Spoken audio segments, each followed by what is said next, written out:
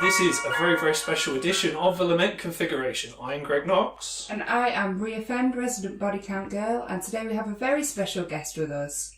Yes, we do. He is one of the organisers of Frightfest. It's Mr. Paul McEVoy. Hello, everybody. Cool. Thank you, Paul. Yeah, thank you very much for doing this. Thank you for the lager. You're most welcome. That's right. It's like to bribe our guests before we sort of interview them. Yes.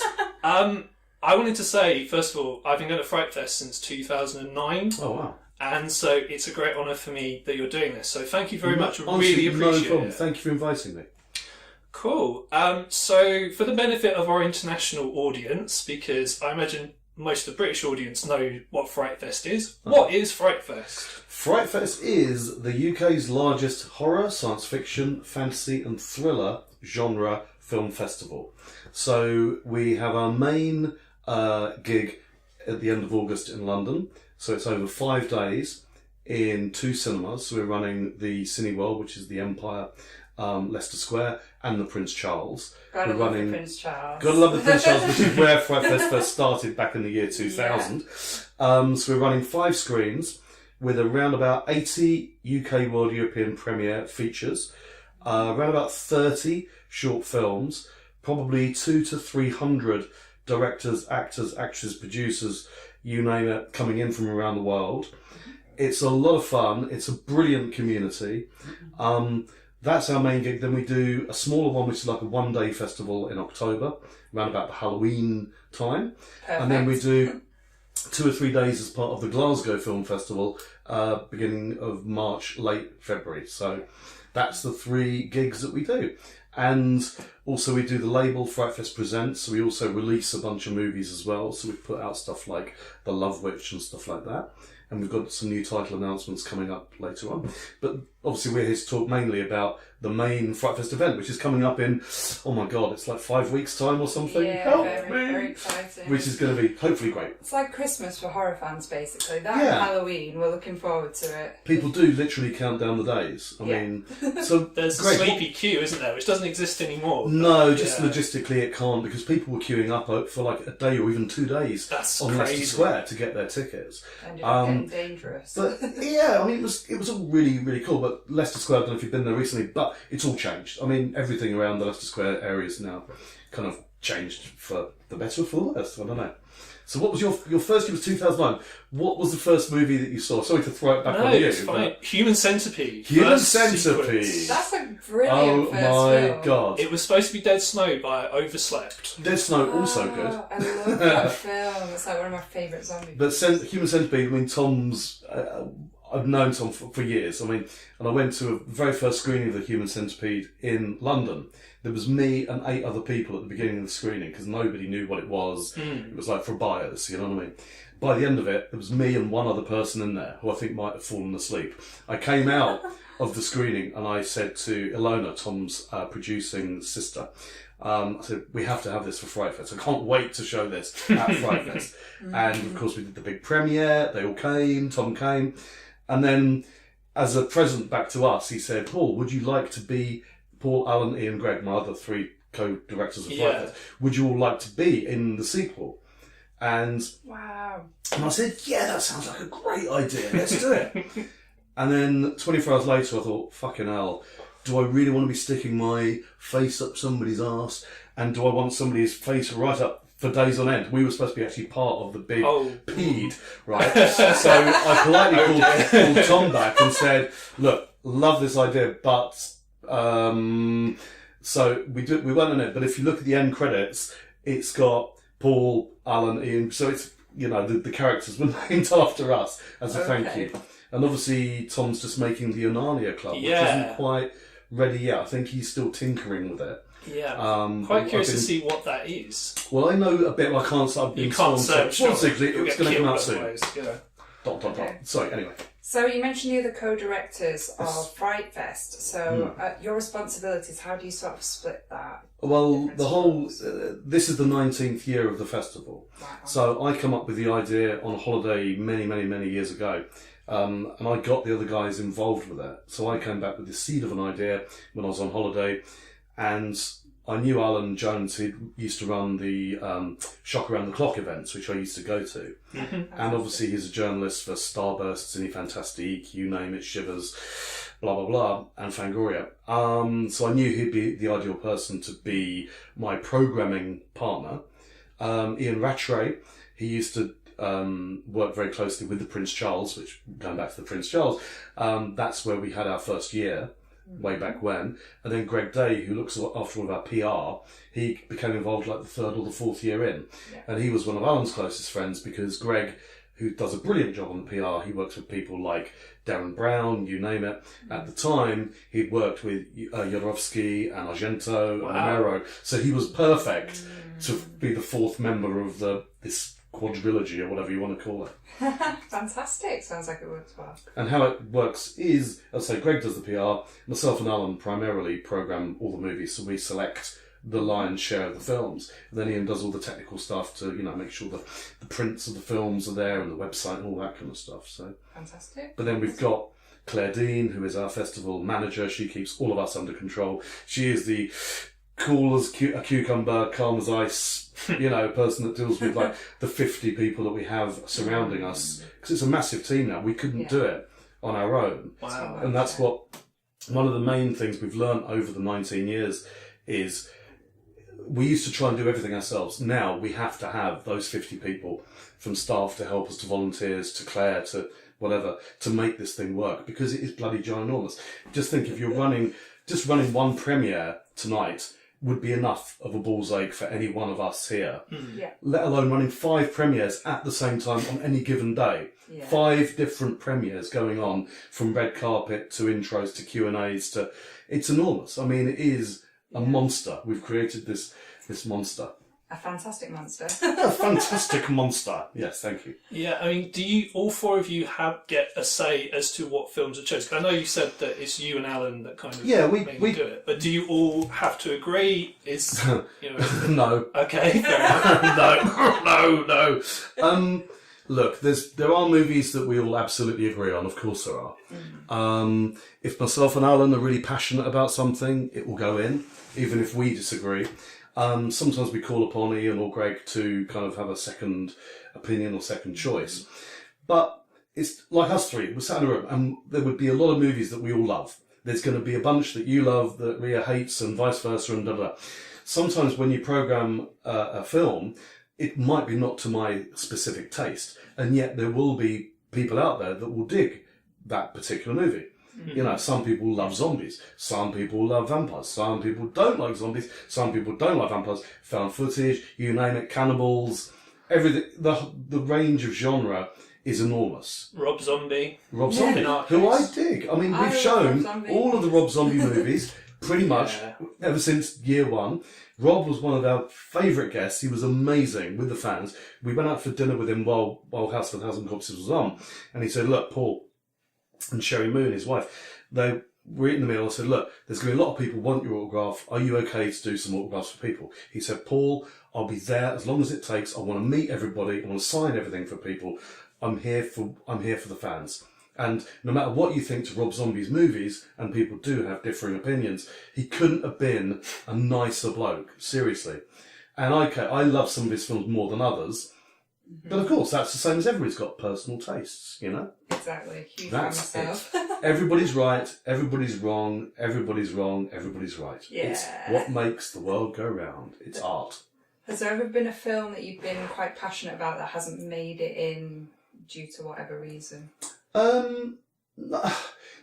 It's really difficult, because when we're programming the movies, especially when you're dealing with like the big companies, the Universals, the Warners, the people like that, often if they show us something and we do love it, it might not fit with their release strategy. Yeah. So we can't become too attached to the films. Yeah. And then obviously when we get the submission movies, the most exciting thing is finding the gold and then contacting the director or the producer and saying, "Look, your film's in, blah, blah, blah." So the only problematic one sometimes, doesn't happen a lot, is the bigger studio pictures. So, for example, this year the Halloween movie just wasn't ready, and also doesn't fit their strategy, because obviously August isn't Halloween. That kind of thing, Yeah. Okay. Is that what happened with Blair Witch? Yeah, that was weird, wasn't it? God, that seems so long ago now. In fact, it was 2 years ago, wasn't it? Yeah. I think you're right. The strategy just fell apart, so we had to replace it. And again, talking about divisive movies, I quite liked the reboot, remake, whatever you want to call it, but other people really didn't like it. So again, we're only a reflection of what is produced. You know, if the films in a given year are brilliant, then the festival will be amazing, and every film's going to be great. And if not, then we'll do our best to try and choose the very best that's out there. Yeah, so when you get people online, shall we say, who go like, oh, why doesn't Frightfest put on, like you say, Halloween, or like The Nun, or Suspiria, or Mandy, or, I don't know, any of those kind of films, what would you say to those people? Do they need to temper their expectations? No, because we have always done the big studio pictures, and we've got Upgrade, which is amazing, the Universal picture with Leigh Whannell, who is I almost said something I shouldn't have done.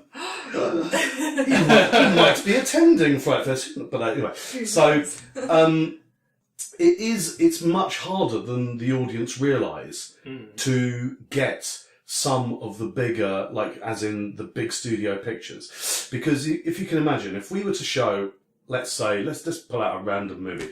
I don't know, something that doesn't exist. Halloween 19, or name one of your favourite films and do a sequel. Something that's not in existence. Nightmare on Elm Street 22. Alright, so Nightmare on Elm Street 22.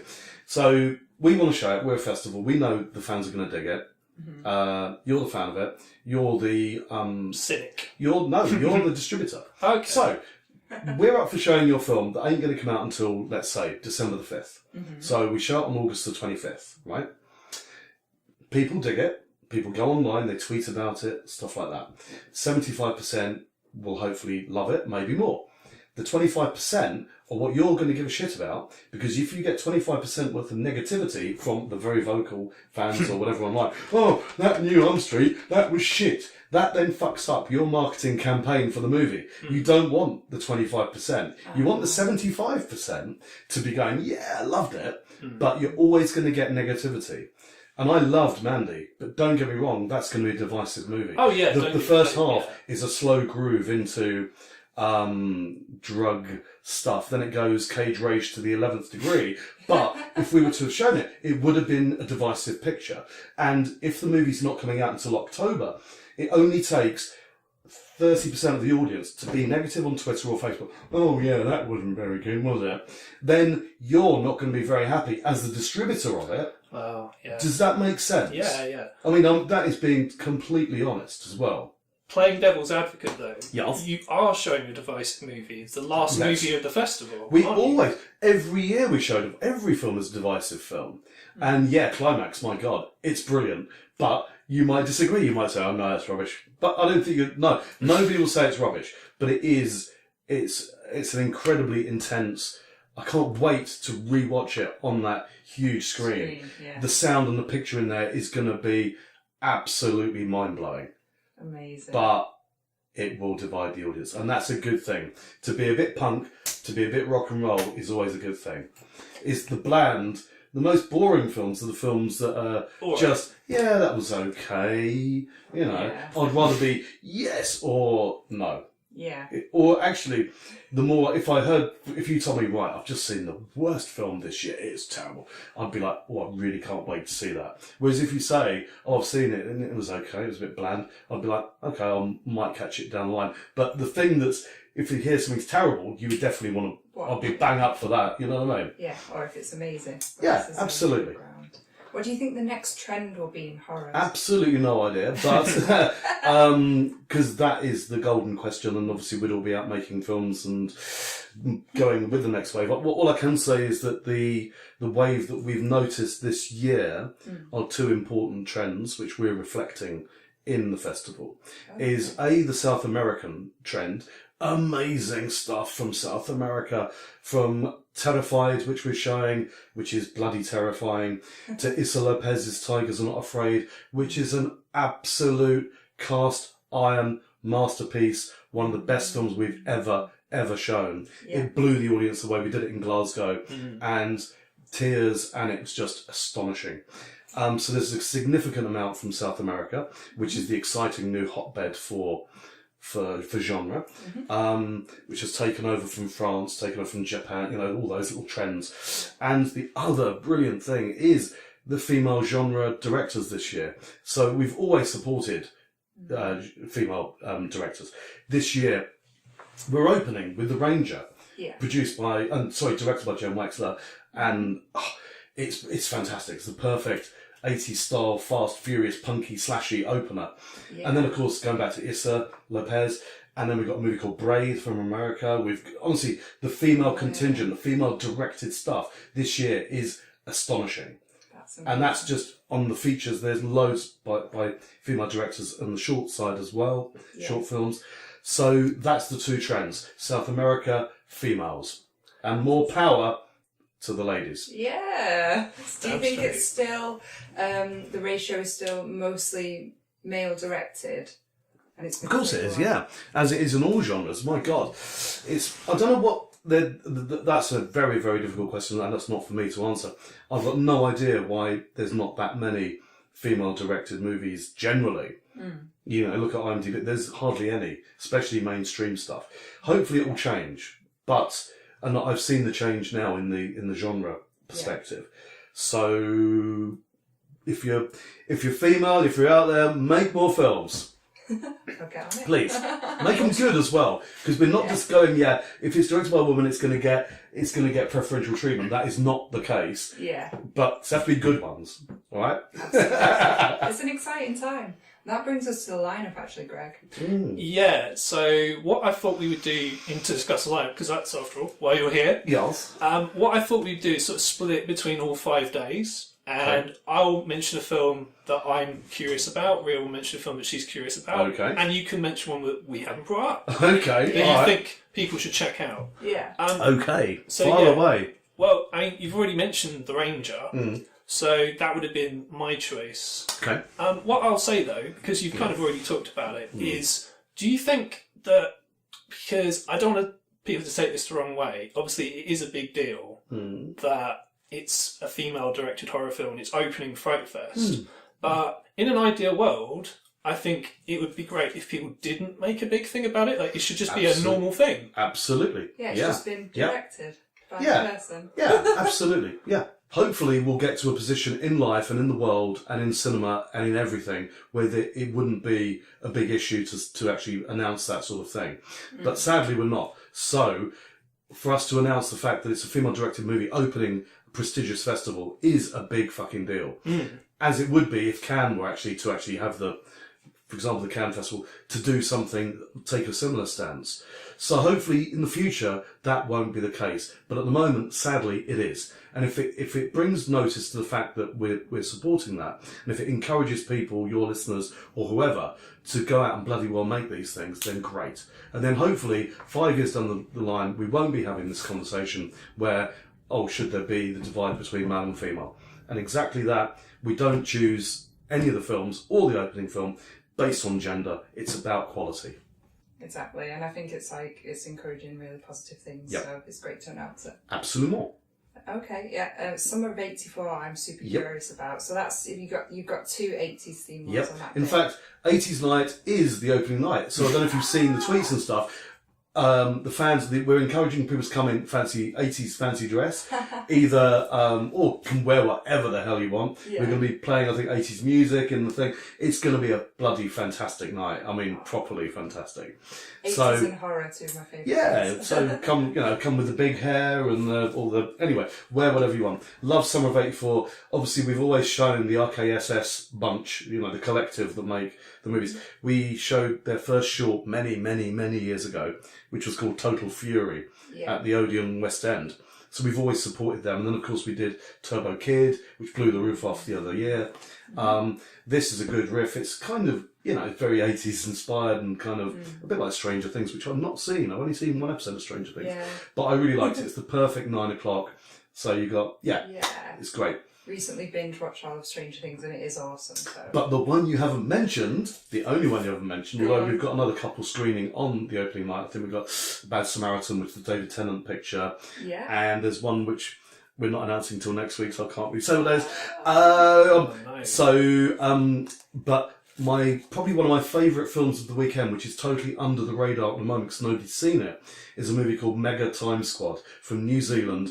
Swear-a-thon, quote-a-thon, absolutely bloody hilarious. It's premiering in Fantasia, I think, this week. Yeah. The reviews are going to be off the fucking chart. I can't wait there's certain movies over the weekend when I cannot wait to sit and watch them with the Frightfest audience. The rowdy 11 o'clock Thursday night, opening night of Frightfest. It's the perfect. Just wait till you see it. It is so funny. It is just brilliant. Okay, definitely gonna watch Brilliant, brilliant, brilliant. Awesome. Fantastic. Yeah, sounds really cool. It's similar, it's kind of linked to Deathgasm. It's the guy who did special effects on Deathgasm. Yeah, exactly that, yes. And he's coming over and he said, Paul, I'll be there, beer in hand. So it's going to be a hoot. Seriously, absolutely brilliant. I can't wait to meet him. We've been doing all the emails and stuff, but yeah. Amazing. Cool. Mega Time Squad. So you've actually already mentioned my choice for Friday, which is Braid.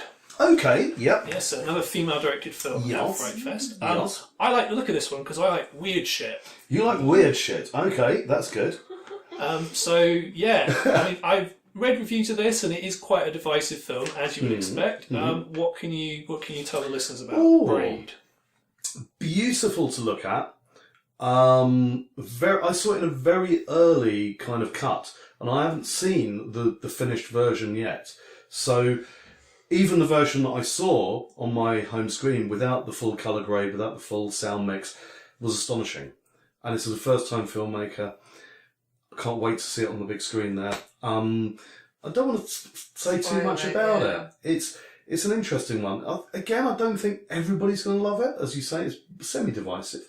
But I think people in the mood for that kind of movie... And that's like I always say. Read the reviews, read Alan's synopsis in the brochure. If you don't like certain types or certain styles of movies, stay away. There's 4 other films screening, or 3 other films, that you might fit more your bill. So it's a bit like, I was always using the analogy of going to Glastonbury. You know, if we all went to Glastonbury, I'd go and see whoever you'd want to see, you know. And there'd be certain ones we'd all meet back up for. So going back to the whole thing of, if you like zombies, you don't like found footage, avoid. You know, the thing is with Attack of the Adult Babies last year, people came out like, oh, that was a bit puerile and stuff. What the fuck were they expecting? It's called Attack of the Adult Babies. Excuse me, what were you expecting, a Lynchian think piece? No. Anyway, so yeah, Braid, good choice. Thank you. Ria, what's your choice, darling? My pick was Puppet Master. Ooh, and yes. I've seen Barbara Crampton there. Oh, Barbara, lovely Barbara. Very excited. Yes. Puppet Master, a great choice. The audience is going to erupt because the opening, this is no spoiler, the opening title card is Fangoria Presents. And when I watched it, I was like, yeah, because obviously this is the first film that they've produced, you know, the rebranded, rebooted Fango. Yes. And it's ultra fun. Actually, it is really funny, right? Yeah. But it's really gory. They play it incredibly straight. It's not done in a campy style. Which is weird. When you've got puppets killing people, they don't do it in like they do it, take it really, honestly, you'll see when you see it, they take it really seriously. So it's like proper acting and really gory. It's got probably the most violent death that we're showing over the entire weekend in that film. Oh, you sold it to me. And I haven't seen the Puppet Master films for years and years and years. And I love them, I dug them, but I wasn't like a huge fan. Yeah. But this one, I think, and plus Udo Kier rocks up in it, plus it's music by Fabio Frizzi. It's it ticks every single box. And I guarantee you, at the end of it, you will be wanting to see what they've got planned next. Because the last 5 minutes, you're like, I need to see the next film now. So hopefully, if this one does well, and this will be the European premiere as well, it's going to blow the roof off. It's so good. It's so fun. This is definitely a fan's film. Oh, bloody hell. Really Yes. And again, with the 80s, you know. Yep. Harking back to the 80s. There you go. Can't fail. So Saturday, what's your pick for Saturday? Well, I was going to say, what else is showing on Friday that maybe we haven't mentioned that people should check out? I'll have a look. I'm going to have a look at my list so I don't forget, because it does get bloody confusing, doesn't it? Okay. While you're looking, I mean, there's another film. Edit this bit out if you want, or not. It's up to you. There's another film that I was kind of interested in on the Friday. It's a Giallo, because I love my Giallo. Oh, yes. It's Crystal Eyes. Crystal Eyes, yes. It's a Neo Giallo. It is. Unfortunately, modern Gialli are not as good. Can be hit or miss, can Very they? hit or miss. See Tulpa, for an example. Oh, I love Tulpa, yes. Yes, Yeah, I wish I'd been there for the premiere of that. That sounded like the funniest thing Oh, ever. mate, it was, Actually, bizarrely enough, we're world premiering, and there is no nepotism in this, because we had zero or very little involvement with it. Just talking about Tulpa, we're actually world premiering the Frightfest documentary, which is a documentary, warts and all, about us and our history and the history of the festival, and it is bloody awesome. The only involvement we had was essentially each of the four of us being interviewed. Chris, the director of it, put it together himself, had complete autonomy.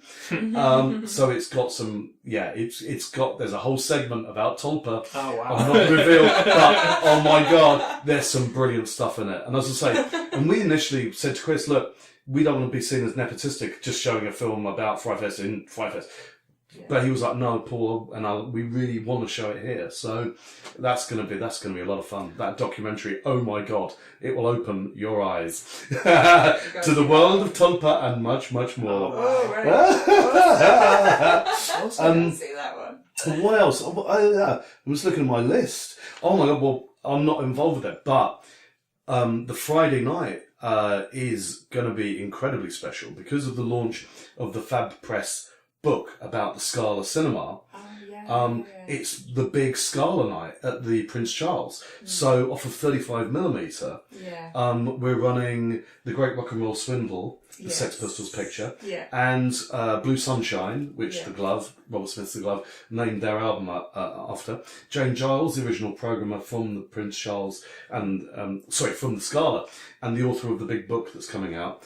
And they're doing retro trailers and talks. It's going to be great. That is going to be the perfect recreating you're probably too young to remember the Scala, but the Scala used to be the all-night rock and roll, everything goes, literally everything went at the Scala. This is going to be a great night. And I saw the book cover, of course, done by our friend Grace. Mr. Humphries, yes indeed. Looks amazing. Yep. And that's the thing, I mean, we're looking through the list now, and obviously we could be here all night talking about stuff, which we won't be, hopefully. Let's see. It's warm out there.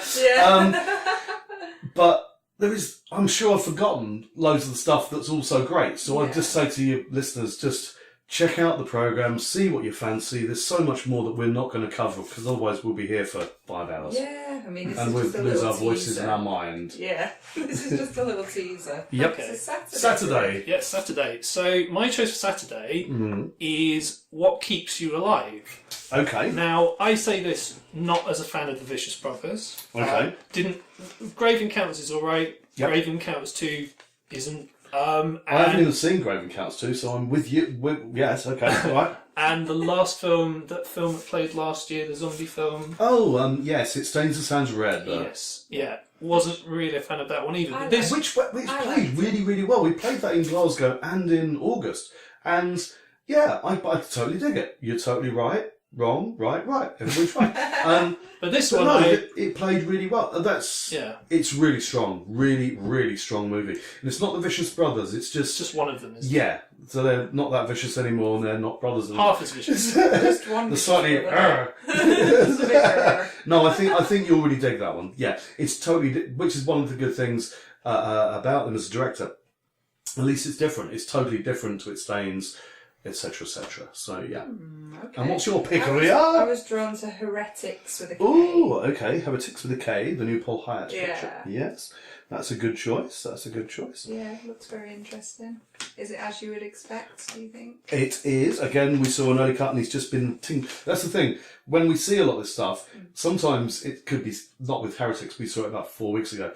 But a lot of these movies, because they're so fresh, they will be tinkering around with them, both on a sound design and an editing perspective, literally sometimes until the very day that we show them. So the DCP, which is what we screen most things off now, that's the digital cinema print, as opposed to the old 35mm and stuff. They'll be literally delivering it that week, and Heretics is one of those where I think Jake West has just been editing the trailer for it, and he's seen the newer version, and apparently it's fantastic. But we really loved the version that we saw way back a few weeks ago. Yeah, and just one more question about Saturday. There seems to be something called Frightfest. Yeah, I know. The nepotism is rearing its head again. I know. No, it's not.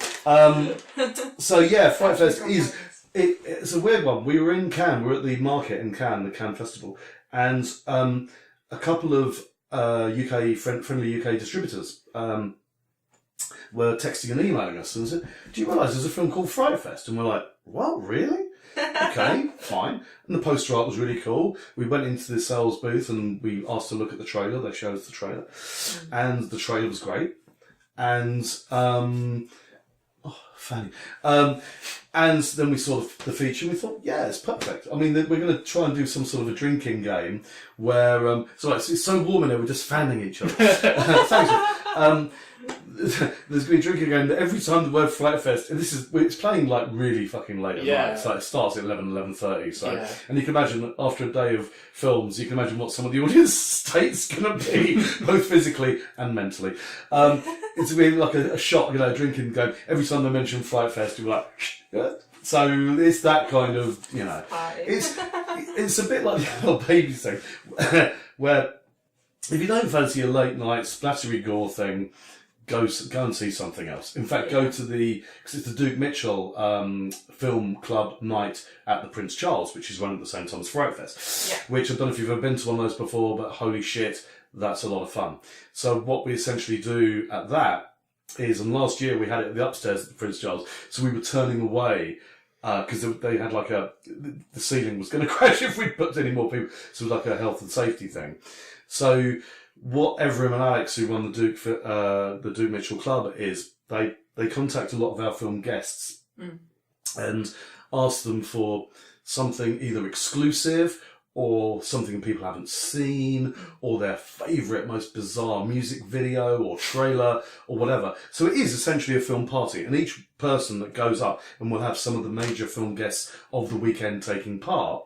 Yeah. And I can't announce who the guests are because we don't announce their guests till next week.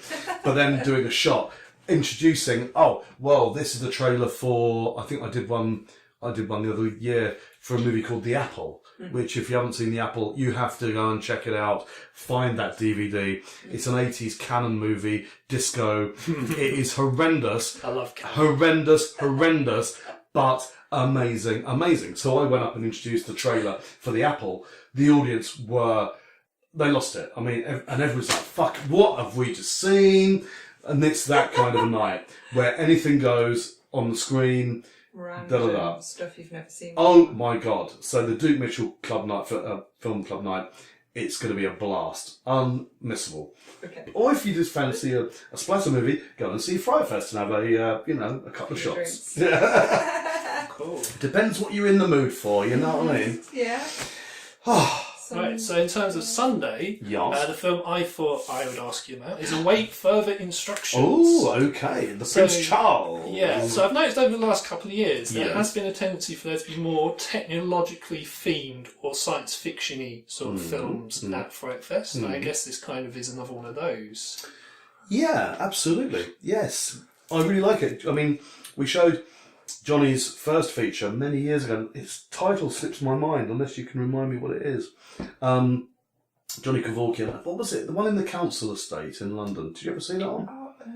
I haven't, so I won't be any help. I should know this. It should be a quiz question. Johnny Kevorkian's. Was it called The Disappeared? Something like that. Okay. Anyway, it's really interesting and really good. Very kind of. It's got some sort of David Cronenbergian elements to it. The Disappeared. See, look, I won the prize. Yeah, 2008. So look, 10 years ago, no wonder my mind is like, we're dealing with today, tomorrow, and 10 years ago.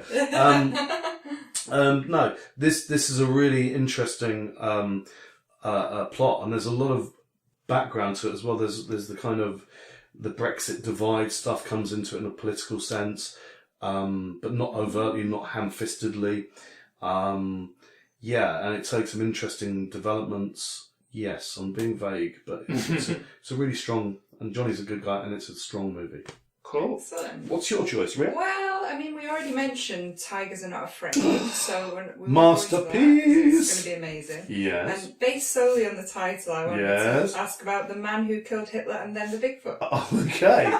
Did that title pique your interest? It did! I love it. It's a real offbeat, left field, off-kilter movie. Which we're because okay, look, we called this thing Frightfest years ago, 19 years ago, and not every film is a fright film, and we've never ever done that. If you look over the years that we've shown movies, we've had the premieres of everything from Donnie Darko to Pan's Labyrinth to Jesus Scary Christ. Movie in 2000. Yeah, Scary Movie. But I'm just trying to think of the horror specific stuff. Do you know what I mean? Well, Bodied this year. Bodied, which we can get to in a minute. Absolutely not a genre picture, but it is kind of. I'll tell you about it in a minute. But I think the Bigfoot and the Hitler picture, and also, right, I would be bored if I was going to watch 27 movies or however many people will try and watch over the weekend. I wouldn't want to watch wall-to-wall horror. Yeah. If I wanted to watch wall-to-wall horror, as in pure blood and guts horror, I could. I could find my way around this programme, finding the 27 that I would want to be watch. blood and guts and gore and that. Yeah. So there is it there if you're hunting it. But the Bigfoot and the Hitler movie is very much in the fantasy realms with brilliant acting. I mean, it's beautifully made. Lucky McKee was one of the producers. No, he did May and The Woman and all that stuff. The acting is second to none. Sam Elliott and Aidan Thing, who plays Poldark. Aidan Gillen. So it's going to look, like I said before, on that massive screen, it's going to be beautiful. But if you're looking for blood and guts, there's probably something else on in one of the other screens. Yeah. But it has got genre elements. I mean, Christ, if a film's got the Bigfoot in the title, what are you expecting? You're probably going to see a bit of Bigfoot. But he's probably not going to be ripping heads off of people. If you want that, go and see another film. Yeah. You know, I can't stress this enough. Variety, Variety is the spice of life. Or like Night the Demon ripping people's insides out. Exactly Whipping that, them yes. literally with it. Yeah. And by the same token, if we would show every film like Bigfoot and Thing, then of course it would be that. But it's not. You make your own way around the programme. What I was going to ask is, do you regret calling it Frightfest? Because that gives people certain expectations. Do you know what? Actually, sometimes yes. Because if we were called, and obviously Fantastic Fest, who are over in Austin, came after us, but they took, because Tim and we know the guys who run and organise that festival, and obviously Fantastic kind of embraces more of what actually we're about. But Fright hit the nail on the head, but it ain't just horror. It's horror, science fiction. As I said right at the very beginning, horror, science fiction, fantasy and thriller. That's what we've always done. Right the way back to the year 2001, Kiss of the Dragon, the Jet Li picture, we premiered that.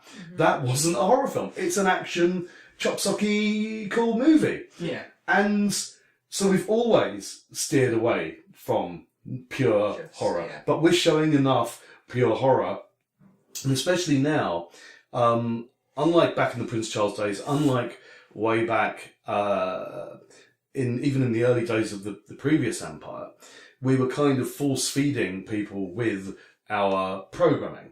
So some years you'd only have one choice, so everybody would have to be watching the same movie at the same time. And then in the early years of the empire, it was just one other screen that was running. So it's like a big screen and one small screen. Yeah. This year, as I said, we're running 5 screens. So you've got your choice. Yeah. You can find your gore. You can find your science fiction. Yeah. You can even find your zombie musicals, which will, the Anna and the Apocalypse, Anniversary of the Apocalypse. So, yeah, and Bodied, going back to your question about Bodied, I absolutely love Bodied. Joseph Kahn, one of the greatest music promo video directors of all time. And we premiered his movie Detention many, many years ago, which again, if you haven't seen it, I haven't, but Greg has. it got a standing ovation when we showed it. Joseph attended. It was it was just incredible. So, Bodied premiered last year at Toronto Midnight Madness, which is the genre element of Toronto, if you've ever been to Toronto TIFF. Then it premiered in Fantastic Fest. Both of these places, it blew the fucking roof off, right? And it's certainly probably the most removed from a genre picture we've ever shown. But it is brilliant. I mean, and it's produced by M&M. It's equal rights offensive. I mean, and it feels like a superhero movie. It feels like a Justice League or something. Because everybody's got their own unique character, which is and so it feels like an Avengers. It's so good.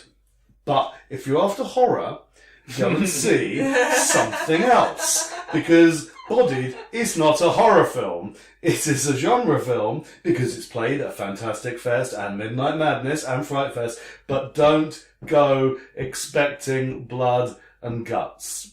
On the Twitter. Oh, not much blood in that. You know what I mean? Blah, blah, blah. Blah, blah, etc. Yeah, I've got a very awkward choice to make because I've got you got? Well, I want to see Tigers Not Afraid and I also want to see Anna in the Apocalypse, but they're on at the same time. Okay. Well, two answers to that. One is both are brilliant. Two is you'll definitely get to see both of them at some stage. Oh, yeah. So don't lose sleep or hair. You've got I've some got quite a bit to lose. Oh, Christ, you've got the old tail going on.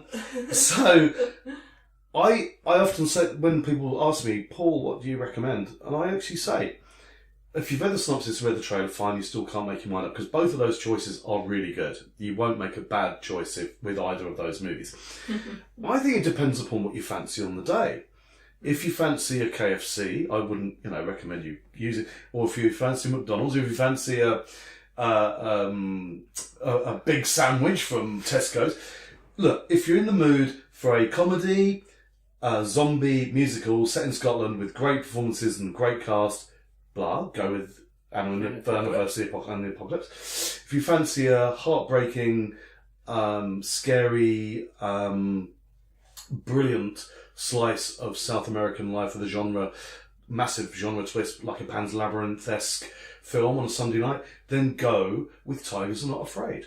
It depends upon what you feel like on the night. That's the deal. On Tigers. Yeah, but both are good. Both are brilliant choices. Yeah. Neither is wrong. And you might think, I've seen too many ones that have made me cry. I'm in the mood for something super light with a great soundtrack. Do you know what I mean? So the choice is there. Or you might be flat on your back after a big night out the night before, passed out. In which case you won't be seeing either of the films. Then you might be going home. Exactly. But also you don't know what you're going to feel like on the day, do you? You might feel like Anna. You might want a bit of light relief, and then you'll catch Tigers at another time in the future. Mm-hmm. There is always the future, darlings. There's always a future. Hopefully. Moving on to Monday. You've kind of already mentioned CLIMAX, which would have been my first choice. As a big fan of Garth Marenghi's Dark Place, I have to ask you about Possum. Yes, Matthew Holness. Love Matthew so much. This will be divisive. I like films that are divisive. Like a David Lynchian Eraserhead-esque, slow burn, subtle, scary. It's like magic. If you're in the mood for that, from the synopsis, then groove with it. And if you're not in the mood for subtle David Lynchian, then go and see whatever's playing on the other screen. But I really like it. But some people might not. But that's the way it goes. That's life. Well, I guess that style is an acquired taste, so... Exactly, yeah. We're... So again, don't go expecting blood, guts, gore. It's a slow groove. Different. Yes. Matthew's brilliant as well. So, big Garth Marenghi Dark Place fan. Amazing. Yeah, my pick was CLIMAX also. CLIMAX. I had the same picks, Possum and CLIMAX. Possum and CLIMAX, okay. Well, let's see what else you're not looking at, and I will tell you. So what are we showing on Monday? So we've got The Wolf and Got Mars, which is the Monster Squad doc, which is great. Got Tom Payton's Black Sight, big premiere for that. And then, of course, there's some repeat ones, so like Crystal Eyes, so we didn't get a chance to see it the day before. Yeah. What else is on? Oh, God, yeah, there's some great ones. The Dark is one that not many people have heard or not on many people's radar. That's playing on the main screen. Brilliant performances, scary in places. Terrific movie. You should read up on that if you get a chance. Go and see that one. Then if you like the slashers, Open 24 Hours is a lot of fun. That sounded intriguing. Yes, full on slasher armour. Oh, great, horror. So if you're after blood and guts and gore, Open 24 Hours is your one. But yeah, and then I think On the Golem is really, again, that's not blood and guts, but there's some creepy elements to it. It's by the guys who directed Jerusalem. I don't know if you saw that particular movie the other year. And Climax is the perfect climax to the Festival of the Flats. I'm a big fan of Gaspar Noé, so I'm really looking forward to that one. What's been your favourite Gaspars? Oh, that's a tough one. I kind of flitter between Irreversible, because I'm a very sick man, and probably Enter the Void. I like my weird shit, as I said. And it's such a very, very kind of intense picture because, it's just because of how it's done. I've just got a lot of, like those title credits of Enter the Void, absolutely awesome. But Climax is a complete banger. I mean, again, there will be naysayers. In fact, Gaspar is encouraging people to dislike it. I don't know if you've seen it, like an agent provocateur. Fuck you if they don't like my film. Which is great. That's the way to be. If you've got the balls, just fucking go out there and say, right, you're either going to like it or fucking not. And it's the ideal climax, as I said. It's wall-to-wall music. So if you love music and if you love being in clubs, and hopefully not a club like the one that you're going to experience, it's... I mean, the opening 10 minutes of Cerrone, you've got... Gary Newman in there, you've got Soft Cell doing Take to Love Where to Love Go, you've got Daft Punk, you've got Aphex Twin, and everything in between. It's fucking mental. But let's see how people like it. Yeah. And of course, it's the Arrow video Frightfest, so it's one of their big titles that they're going to be putting out. So yeah, it's going to be amazing. Yes, you piqued my interest there. There you go. Yeah, I was going to say, like on the Frightfest forum, of which I visit. I haven't been on there for ages. Anyway, there are people on there who are like, even they haven't even seen it sight unseen, sort of dismissing it. So I'm not going to watch this. I'm going to go home early and like. Bye. Sorry. Yeah. But that does kind of very true. But what I was going to say is one of the things like over the last few years is we've already mentioned Climax, Possum, Braid. All the single word titles, he just likes those. Mandy. There you go, yes. These are all, like you say, divisive films. And this single year, word titles. We've had Hereditary, previously we had The Witch, It Follows, films like that. Yeah. Now, these films are typically loved by critics and disliked. Sometimes. Well, alright, Hereditary, It Follows, The Witch, definitely. What did you think to Hereditary? Oh, I loved Hereditary. Really? Amazing. Loved it. Okay. Okay. Not keen. Look. It's completely fine. It's got there's a great scare in it, half an hour in, isn't there? Yes. Good. Actually, it's not a scare, a jump scare, a jump thing. But, and this is not really any spoilers, no, but it was just a remake of Kill List. And that's what really pissed me off. It is quite similar because to Kill List. The opening, the opening line blows the whole movie. And you could see the end coming 100 miles away. I don't know if you guys have seen Kill List. I love Kill List. It's but amazing. Anyway, I support all genre. I support all horror, be it good, bad, indifferent. To see it doing so well at the box office is a great thing, right? And I paid to see it, and I did like it, but I didn't love it as much as some critics. And I think they were overhyping it in terms of, this is the best horror film since The Exorcist. As you know, that's what they were saying. Yeah. And it is good. Don't get me wrong, it's got some good stuff, some good performances in it, some good moments, but I found it too reminiscent of, without being a carbon copy of, too reminiscent of Kill List. Okay. But I'm not right, I'm not wrong, everybody's right, everybody's wrong. Exactly. We've come full circle. Okay. I was just going to say, why do you think there is such a divide between some audience members and... Because everybody is human and everybody likes different things. Exactly. Like, for example, you've got the Shining poster on the wall there, right? The art print. Love that film, love that poster. Some people out there, including some of your listeners, will think, well, why has he got the Shining on the wall? Don't like that. Not as... Do you know what I mean? Yeah. Everybody's got their own opinions. Yeah. Which is completely boring. fine. And it would be really bland, wouldn't it? Yeah. If we all like the same food, the same music, Yes, the same it'd be film. ridiculous. And that's what it is. It's what makes the world go round. I have a question. Can horror ever go too far? And do you have any examples of that? Can it go too far? A Serbian film. Loved the Serbian film. I wish you guys had been able to show that. So do I. And we refused to show it in a bastardised version. And again, that's in the Frightfest documentary. Ooh, Yes, although I'm not in favour of any sort of censorship in any way, shape or form. But I think, for example, I mean, I've seen every type of bloody film as you can imagine. I'm not a big fan of like the August Underground stuff, the stuff where it's trying to be It's like a snuff film. A snuff film and like no plot, no art, just a bloke cutting up, usually a woman or sometimes a bloke, and it's just depressing to watch. And it's just artless. And for me, if something's got to have value, it's got to have some art. But I'm not dissing if they want to do that stuff. I'm sure it's got an audience for people who want to see.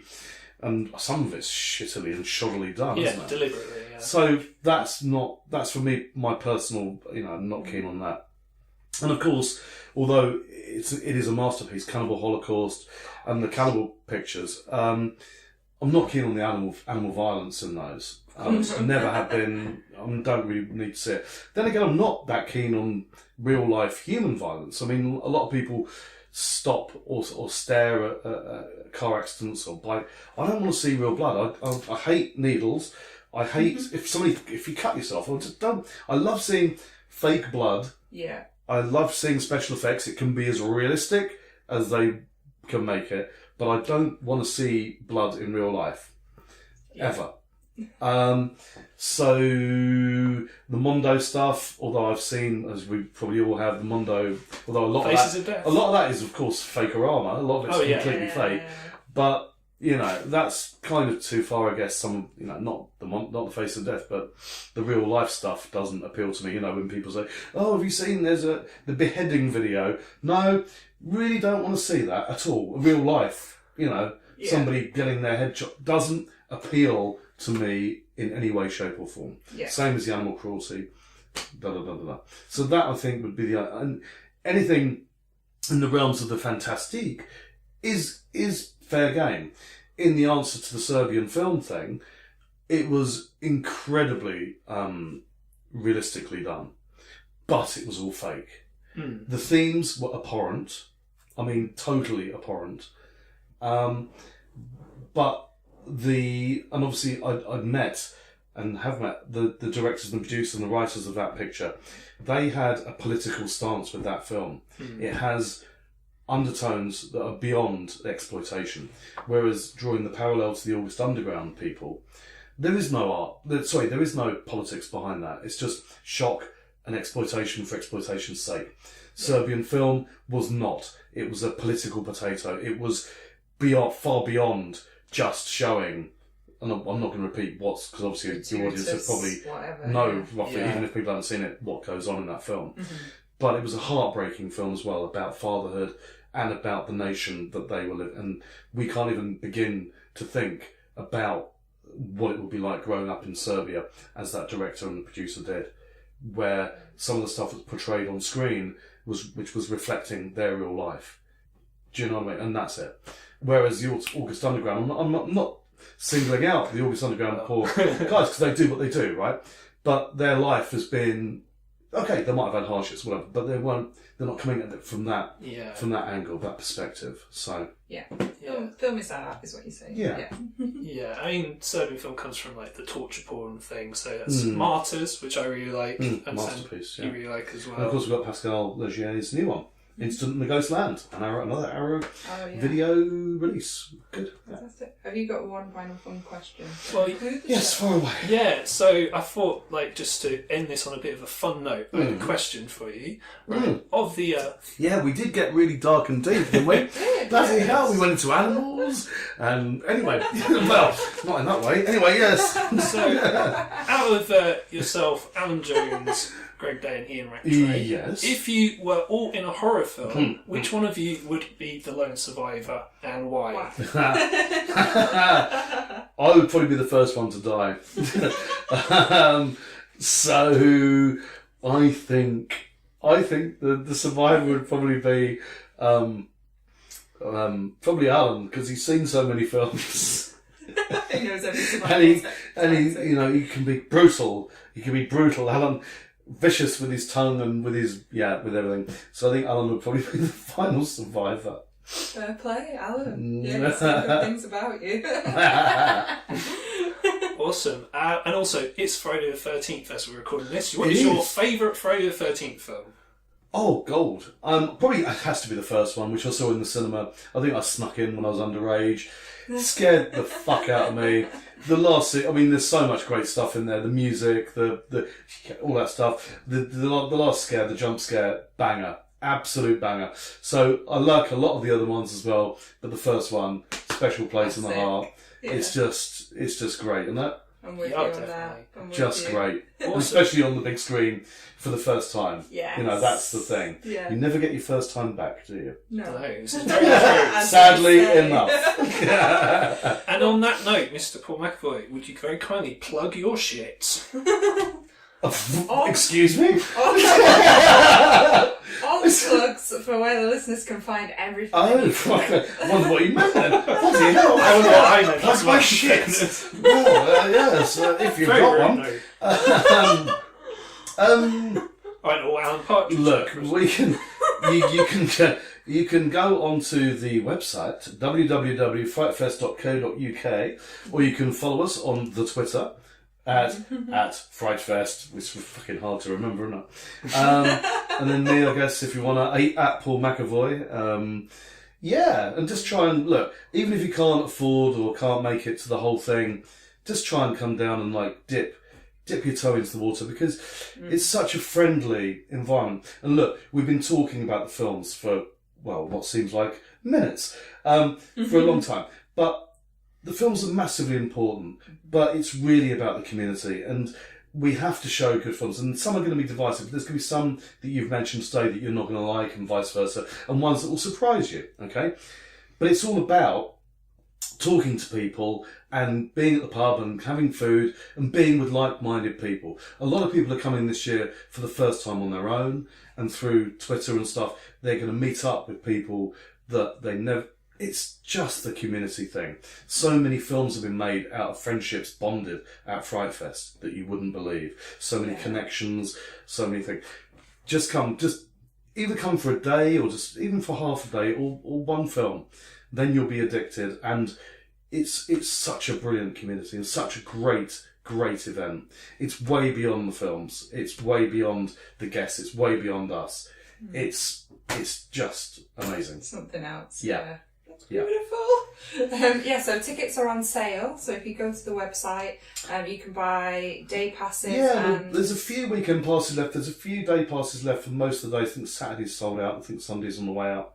The single tickets go on sale, I think, next Saturday for each individual thing. But the weekend pass is the best value, and then that allows you to go and see whatever the fuck you want.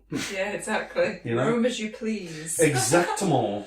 And Greg, the Lament configuration plugs. Oh yeah. Yes, I get to plug our shit. The Lament configuration are going to be at Frightfest, so we're going to do something that I've wanted to do for a while. You're going to do a live podcast? No, unfortunately not. What I'm going to do is... You're going to plug your butt. What have you been wanting to do, Greg? Plug my butt. That's exactly it. No, what I am going to do this year is, for every film that I watch at Frightfest, I'm going to be doing a live reaction video straight afterwards, so 100% unfiltered. They're going to be... Clothed or unclothed? Clothed. Okay. I'm sure, couldn't get away with that in the middle of Leicester Square. I'd be shot immediately. Okay. Yeah, we're going to have a crack at reaction videos, and then we shall put those up on the YouTube channel. Okay. Yes. And then afterwards, we're going to do a podcast with myself, Ria, and our lovely friends who are going to be at Frightfest. So yeah, check out our YouTube channel. It's the Lament Configuration Podcast. Our Facebook page, also called the Lament Configuration Podcast, and our usual places where we put up our show. Where we reside. I have been Reoffend. I have not been counting bodies. I've been counting films at Frightfest today. As usual, you can find me on my Facebook page, which is Reoffend. That's FEND, and I'm on Instagram and Twitter at Ria_Fend. And, of course, I shall be at Frightfest too and representing the Lament Configuration podcast. You could have said you were counting butt plugs. That's just you guys. That is nothing to do with me. Just to say, Greg and Ria, it's been a pleasure, and thank you so much for having me on here. Yeah, thank you, Paul. And thank you to your listeners as well. Yes. Hopefully we haven't been too boring. Not for a second. Excellent. And thank you very much, Paul, for coming and doing the interview. And we will see you guys after Frightfest for our reactions.